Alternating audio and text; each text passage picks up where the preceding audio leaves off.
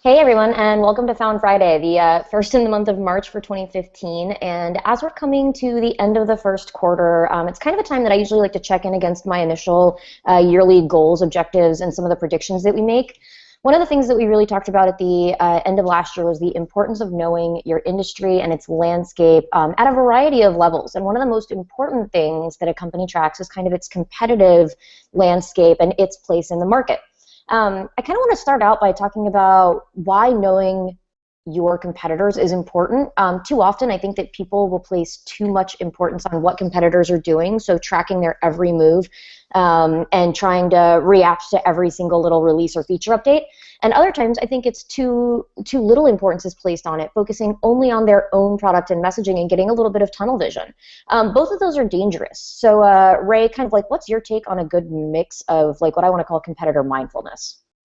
If you talk to any sort of security expert in a traditional competitive setting where there's a lot of different types of risk, the first thing they're going to tell you is that situational awareness is the first priority. So that means things like paying attention to your environment, identifying who the threats are, understanding what your mission is, and having backup plans for for anything that you're going to do. All of these are really critical for staying alive over the long term. And in a lot of ways, this is true for marketing as well. It's easy to get bogged down in the different day-to-day activities that you're focused on.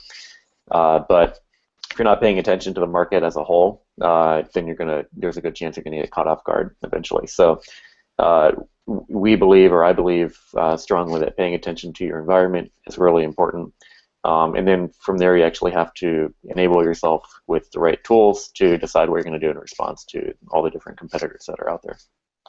Yeah, I mean, so like when we talk about starting to pay attention, let's go over a little bit about what makes up some good competitor intelligence. I think that there are some core elements that really can inform a lot of product, marketing, PR, advertising, et cetera, efforts that don't require a ton of resources to gather and are kind of a good basis. So I'll break it down into a few areas. The first is, who are the players? The second is, what are they talking about?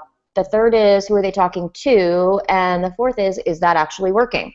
So let's address kind of each one of those things. I mean, we'll start off with who are the players, and that's something that we actually addressed in a release we did last week called Competitor Discovery. And what was really awesome about that release is that it's getting at the core problem that a lot of people have, which is that you can track the competitors that you know about, but what about the ones that you don't know about? That was actually one of the areas that we saw most lacking in all the different tools that are available. Technology that enables you to discover both your competitors, which people kind of naturally think, but actually, in many ways, more importantly, the tools to discover competing content. Competing content is one of those things that we'll talk more about in the show today, but it's something that can be taking away a lot of your market share without you even realizing it. So we've built these tools that enable you to discover both. And once you do that, you can start looking at the market quite differently than you were able to before, and you can see things on a much more granular level than you were able to before using these tools. Yeah, and I mean, what we're really talking about with like who are the players is getting this kind of group of people or group of brands or products or features or things together that users or audience members might pay attention to or might look to instead of looking to you, which is the ultimate goal, is that you want them to look to you, you want them to purchase your goods, services, products, etc. And the thing is that people really need to remember is that competitor landscape and these players, it's a constantly shifting ecosystem. So if you look at a snapshot of it today and then you look at it 6 months from now, it may not be the exact same. So the data that you may have from 2013 is probably not still the complete relevant picture. So you really want to make sure you stick on top of that. From the standpoint of the second item, which is what are they talking about, we're really asking a couple things here. What are the core things they're focusing on as a brand in the market? What offerings or products and services are similar to yours? And how are they messaging those things? A lot of this can be gathered using the competitor discovery tool, the thing that we did last week, because it highlights the overlaps with your specific market. And other things that are useful to track in this area are keyword and topic performance. So like what you're saying, right? I mean, this is literally the stuff, the exact stuff that they are competing with you for. And that's important across search and social from a content and topic perspective, because it directly points to the marketing content that they're creating and distributing to capture your audience. Yeah, this is definitely one of the areas we're most excited about. It provides you with a combined view of both search and social data, and it's very much focused on both discovery and new insights versus just monitoring stuff that you thought was important before, which may be important, but could be only a very small, portion of the bigger picture.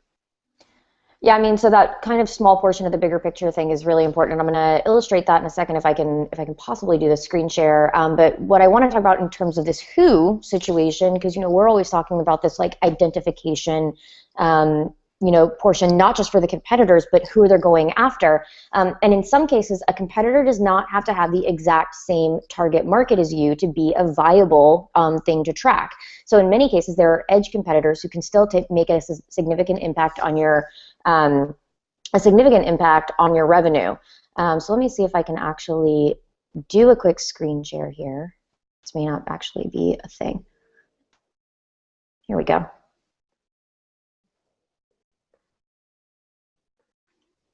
So what you should be able to see here, is this idea that there are competitors of various sizes kind of all around your marketplace, and similar to the like kind of bubbly aspect that I put in here, they may move in and out of your kind of content and brand sphere. And you can see that sometimes, as I'm highlighting down in the like lower quadrant areas, that a large competitor that only has some overlap may actually be more important than a small competitor that has complete overlap with your brand, right? And so there's all these different potential edge cases. Yeah, this is actually a great visualization, in my opinion, because it's really easy to focus again only on your own brand and maybe the direct competitors you're paying attention to. But the truth is, competitive threats can come from a lot of different angles. So, being able to see that and understand that and identify things, far sooner than you were able to before, is going to be really critical. I mean, and it's also difficult because a lot of times we get questions, and I know that people approach us, from kind of the marketing and automation analytics platform perspective, saying, well, how do I prioritize these, right? And I think that that's a really good question kind of moving forward for the space, is like, how do you really prioritize competitors? And I know that one of the things that, in our kind of initial release for competitor discoveries, there's things like findability score that we believe will help you kind of prioritize findability score, their findability versus yours, for the keywords, topics, and content that you really care about, right? So that's one potential way to really try to make a first stab at it. Now, I would say that because this is not a completely automatable process, and that there's always going to be some human element necessary to really take a look at this, is, the onus is on every brand to kind of take a look at this landscape, and once a month, once a quarter, however often you really can and feel is necessary, actually go through, look at some of the content that's been surfaced that is similar to your own, and we'll provide you a list, but like look at some of that similar content and see, like, is this actually relevant? Okay, if no, let's just go ahead and cross it off. But I mean, don't rely 100% on the tool and try to track, Sure. 100 competitors that you haven't looked at. Yeah, no, definitely. It's not really even about tracking. I mean, tracking is important, obviously, for a lot of reasons, but those day-to-day insights that can pop up that that we're providing to you now as part of this tool, they are something that the market can change very quickly. The content that's out there, can change very quickly as well. And it's pretty important, to kind of have both mindsets. One that's a tracking mindset, and the other one that's this more like discovery mindset, where you're looking for new things. And really, it's not even purely a competitive situation that we're talking about here. A lot of times, there could be content that pops up on your radar through the use of these tools, that can inspire you to create so your own voice.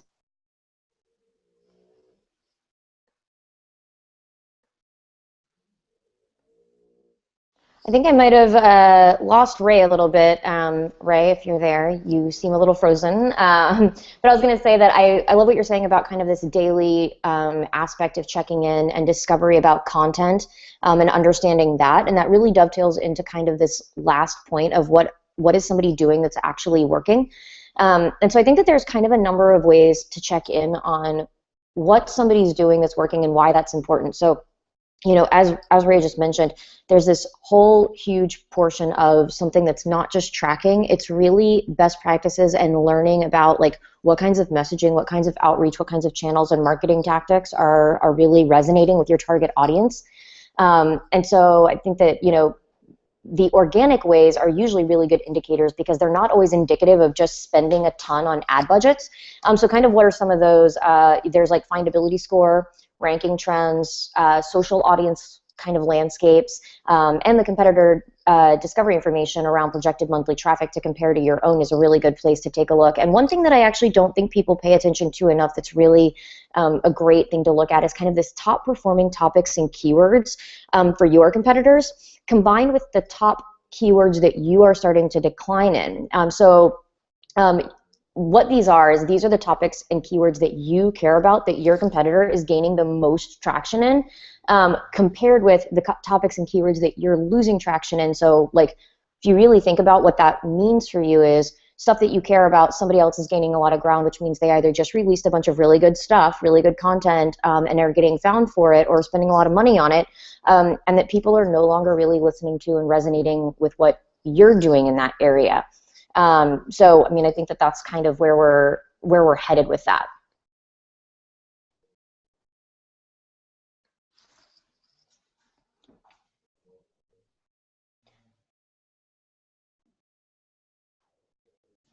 It actually looks like we might have lost Ray, but I know that one of the things that he and I talk about a lot is like why search data is so useful inside of a competitive context. There is literally no other way to kind of like accurately measure predictive performance. Oh, it looks like he's back. I'm back. So I just finished off kind of talking about keyword topic and keyword performance, and talking about kind of top increasing keywords for competitors and top declining keywords for you. And how one of the things you and I talk about a lot is that search data is super useful for a competitor context because there's not another great way to accurately measure kind of that predictive performance of your content. Yeah, actually, I wasn't sure for a minute there if the connection was on my end or Google, but I was actually saying the same thing. Search data is still really the only source of data that marketers have in order to be able to measure how much traffic you can get.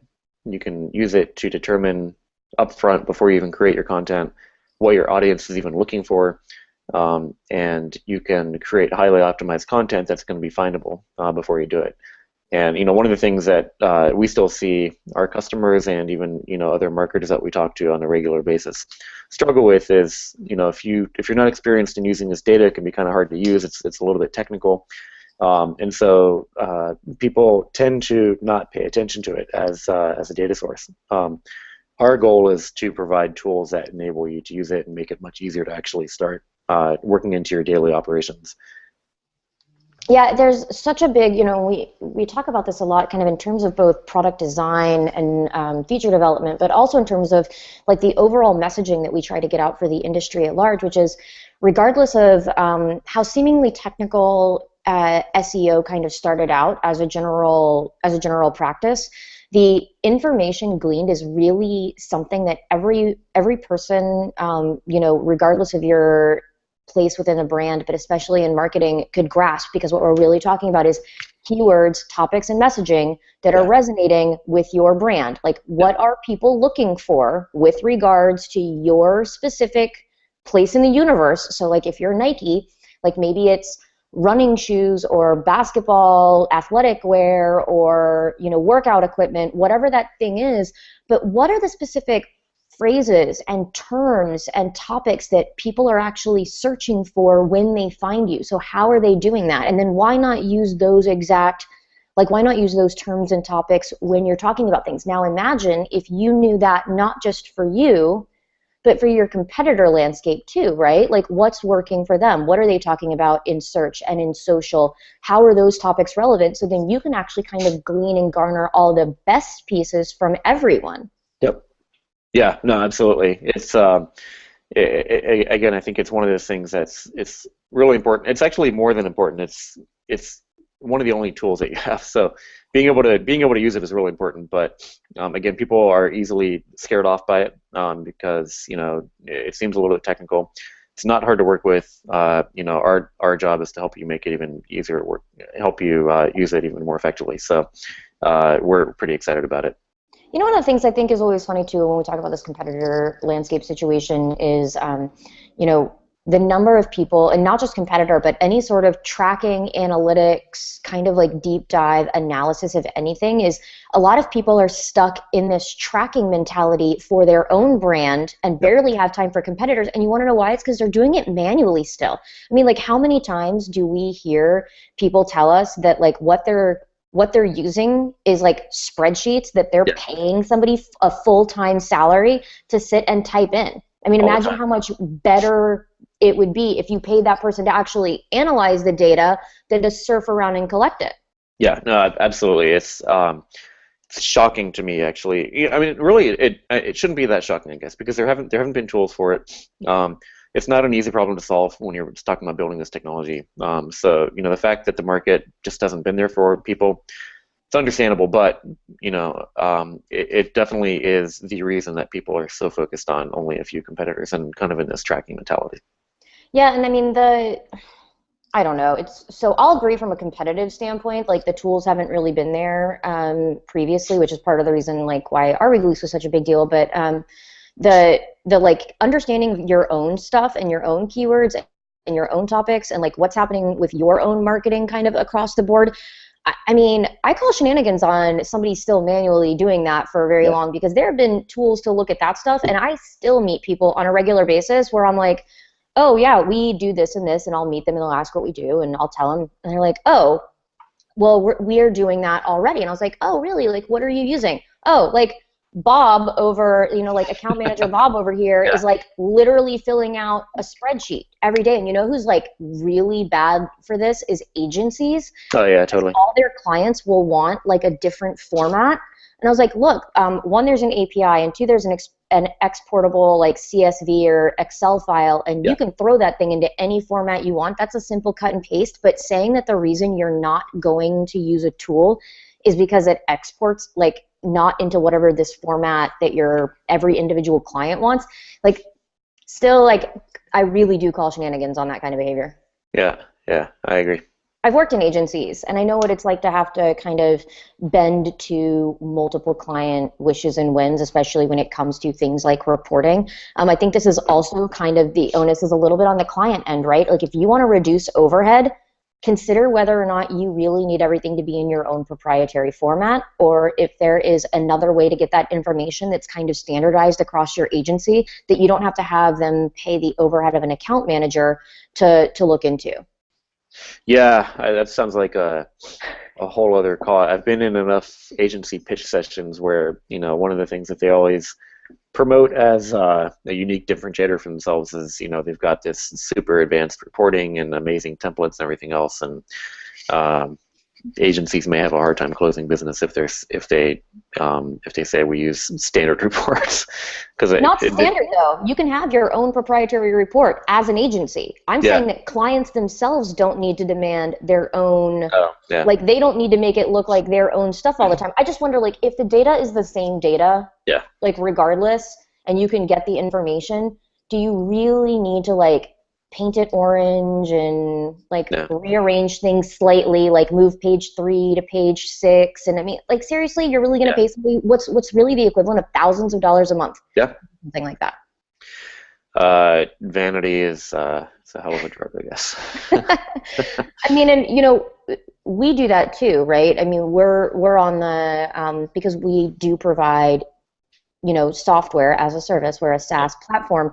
We do get requests for, I mean, and white labeling is a really easy thing, and that's why we allow you to do it yourself, right? Like, so we don't actually have to go in and do it for you, so we don't have to charge you for it. Like, it's just baked into the platform that you can mess around and like change this stuff up. But okay, we want all of our graphs to be purple now, or like we want to change it around. Like, we do get those requests in, and we abide by them. It's just kind of like how do you really want to spend your, I guess it's how do you want to spend your money, right? Yep.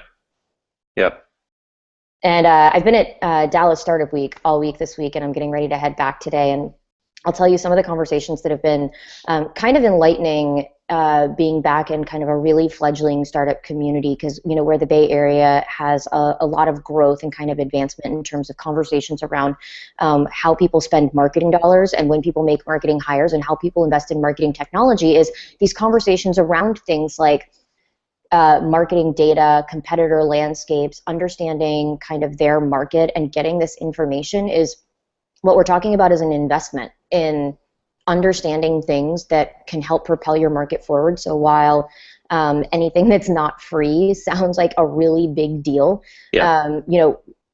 it really is always a trade-off of like, where are you willing to spend the money? Where are you willing to make the investment? And how is it going to pay you back kind of in the future? And that's one of the things that I always try to remind people is like, is this actually a revenue generating product or platform for you? And I tell people to ask that across everything that they do. Yep. Things like accounting software or whatever, right? Like, how much time is it saving you? Is it enough to like free up enough hours for you to work on your own product development more? Like, whatever the thing that you're talking about buying is, you have to like put it back in trade-offs of, how much time is it saving you and what is your time worth? It's a really good mindset. And actually, we talk about this a lot, is that every tool, every sort of thing that you adopt should be additive. Even things that are, they may on the surface look more like cost savings or time savings. If those are helping you as an individual or as a company focus back on earning more money, then it's also an additive solution. So time saving solutions are huge, and it's one of those things that can really be a good investment in your business. And that moves beyond the startup mentality, right? Because I always feel like that mentality should be around regardless of how large your organization gets. I don't think that there's a time that your organization gets so big that it can buy things that are completely unnecessary, hire people that don't need to be there, or use tools and products that don't serve a purpose, or are additive. And I think that it doesn't mean that you can't, right? I mean, you may actually have the fiscal capability to do something like that, but it doesn't mean that you should. Yep. Because every dollar that is spent should be making two, or should be preventing the loss of another one. And I think that kind of goes into one of the things that I want to talk about the next time we meet, which is how to use this kind of data to help prevent some of the churn that you see in your market, or for your products, because I think that that's one of the conversations that I've been having the most frequently, which is using marketing drivers to attract people before you're ready, or before you know what they really want, or how you can really help them, or are ready to support them, is actually more harmful than waiting until you're ready. You may feel like you need to do it now, but you really don't if you're not ready, and if you don't know how to like bring these people through the life cycle and keep them around. Because once you've attracted someone, then disappointed them or churned them out, it's 5 times harder to get them back again. Yeah. So just wait. Yeah. Absolutely. Yeah, I mean, like, that's the only advice I have. I'm like, just wait. I don't have like a fancier like set of recommendations. Like, wait is the recommendation. So with that, we're gonna wait until next week to talk about kind of this whole churn situation, and kind of why understanding some of these like really good marketing intelligence things are important before you actually turn on the marketing faucet. I always call it the marketing faucet, because that's literally what happens a lot of times, is you'll start doing all these like marketing things, and like just sometimes you will end up with this flood of stuff, whether good or bad. Yep. And while everybody's like, yay, 1 million page views, woohoo, 5,000 leads, who's going to handle those leads? And no, exactly. And like, what's going to happen? I know you and I talk about this, right? Like when I first joined, like my first week with you, you're like, hey, let's do all the things, all the stuff. And I was like, oh my God, we will do all the things and all the stuff, and then we'll have all the people to deal with. Yeah, exactly. But yeah, so always fun. So we will catch up with everybody next week. Those show notes will always be posted to the Ginzametrics blog, along with my really fun graphic that looks super professional. And a copy of this is also always put in the Ginzametrics resources section, as well as on YouTube/Ginzametrics. So until next time, thanks, Ray. Yep, thank you.